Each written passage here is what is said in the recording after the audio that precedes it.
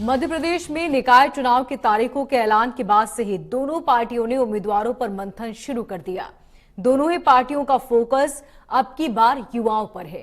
Congress BJP बड़ी संख्या में युवाओं पर दांव खेल सकती है। कांग्रेस का कहना है कि हम निकाय चुनाव में विधायकों को भी उतार सकते हैं, जबकि बीजेपी चुनाव में परिवारवाद से पूरी तरह दूरी बनाए हुए है।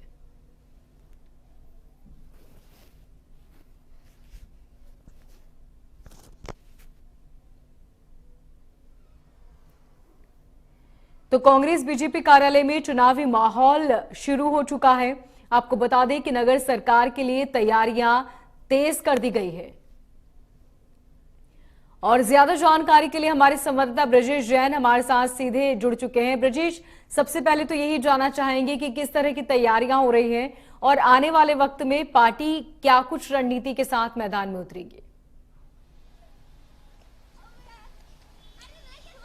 बिल्कुल, देखिए निकाय चुनावों की तैयारियां जोरों पर हैं और मैं यहां पर बीजेपी कार्यालय में इस वक्त मौजूद हूं। हालांकि जिला कार्यालयों में जो है वो माहौल तेज है और जो प्रदेश कार्यालय है वहां पर कम ही लोग पहुंच रहे हैं, लेकिन यहां पर भी आप देख सकते हैं कि कुछ लोग जरूर हैं। कुछ महिला मोर्चे की महिलाएं मुझे दिखाई दे रही हैं, सामने कुछ नेता हैं जो लगातार कार्यालय के दफ्तर के चक्कर लगा रहे हैं और कहीं ना कहीं टिकट की दावेदारी के लिए जो दावेदार हैं वो कार्यालय पहुंचने लगे हैं। लगभग 2-3 दिनों की हम बात करें तो बड़ी संख्या में लोग जो है वो बीजेपी कार्यालयों का रुख कर रहे हैं। हालांकि उनका उम्मीदवारी का फॉर्म जो है और पूरा बायोडाटा वो जिला कार्यालयों पर मंगाया गया है और इसलिए भोपाल का जो जिला कार्यालय है शहर में, उसमें ज्यादा भीड़ यहाँ की तुलना देखने को मिल रही है। बाकी जिलों में भी लगातार दावेदार नगरीय निकायों के लिए, चाहे वो नगर निगम हो, नगर पालिका हो, उनमें लगातार सामने आ रहे हैं और अपने अपने दावे मजबूत पेश कर रहे हैं। मोटी मोटी फाइल जो उनके किए गए अब तक के कामों की है वो फोटो समेत लगा रहे हैं, पूरा बायोडाटा दे रहे हैं और चुनावी माहौल लगातार जारी है। 7 जून को कांग्रेस ने भोपाल में कमलनाथ ने बैठक बुलाई है, जिसमें पहली सूची कांग्रेस का दावा है कि वो जारी कर देगी अपने महापौरों के लिए कुछ शहर के, जिनका नाम फाइनल हो चुका है और कुछ पार्षदों के नाम की लिस्ट भी जारी करेगी। बीजेपी की भी तैयारी है कि जल्द से जल्द नामों का ऐलान हो और इसीलिए जो निकाय चुनाव प्रबंधन समिति है वो उन पर लगातार मंथन कर रही है। जी ब्रजेश, युवाओं को मौका देने की बात की जा रही है। कांग्रेस का कहना है कि वो विधायकों को टिकट भी देंगे, युवाओं को ज्यादा तवज्जो दिया जाएगा। लेकिन इससे पहले अगर देखा जाए तो कांग्रेस ने हमेशा बहुत ज्यादा एक्सपीरियंस वाले नेताओं को ही मैदान में उतारा है, तो इस बार युवा क्यों? देखिए, महापौर की अगर हम बात करें तो महापौर के लिए अपने 4 से 6 विधायकों पर दाव जो है वर्तमान विधायकों पर वो कांग्रेस लगाने वाली है और खबर है कि 4 से 6 विधायकों को महापौर के लिए अलग अलग शहरों से मैदान में उतारा जाएगा, क्योंकि वहां महापौर के चुनाव के लिए टफ फाइट है, जिसमें महानगर शामिल है, इंदौर भोपाल समेत और भी जो बड़े शहर हैं वो इसमें शामिल हैं।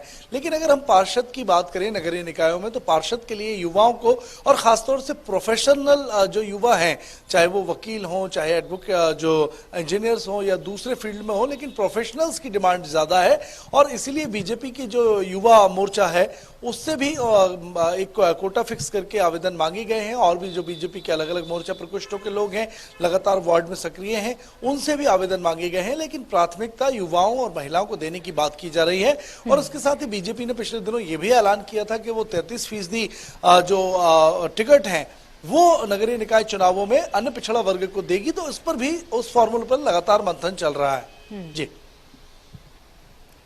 इसके साथ ही ब्रजेश ये भी जानना चाहेंगे कि दोनों ही पार्टियां जिस तरीके से पूरी तैयारी में हैं, दोनों पार्टियां दावा कर रही हैं अपनी अपनी जीत का, लेकिन इस बार रणनीति पिछली बार की बात की जाए तो उसकी तुलना में बहुत अलग है।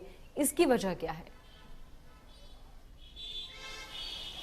बिल्कुल, देखिए अगर हम बात करें वर्तमान में तो महंगाई और बेरोजगारी का सबसे बड़ा मुद्दा है। कोविड के बाद लगातार महंगाई और बेरोजगारी भी बढ़ी है और ये चीज अच्छी तरह बीजेपी समझती है कि कांग्रेस इन मुद्दों को किस स्तर पर उठा सकती है। चुनाव प्रचार जब नगरीय निकायों का शुरू होगा तो उसमें ये मुद्दे प्रमुखता से उठाए जाएंगे। साथ ही जो कोविड काल में किए गए कार्यों के लिए सरकार को जिम्मेदार ठहराया जाएगा कि जो अव्यवस्थाएं थी उनका मुद्दा कांग्रेस उठाने वाली है। ये तमाम चीजें उनकी लिस्ट में शामिल है और बीजेपी भी इस स्थिति को भांप रही है और यही वजह है कि रणनीति में बदलाव किया गया है।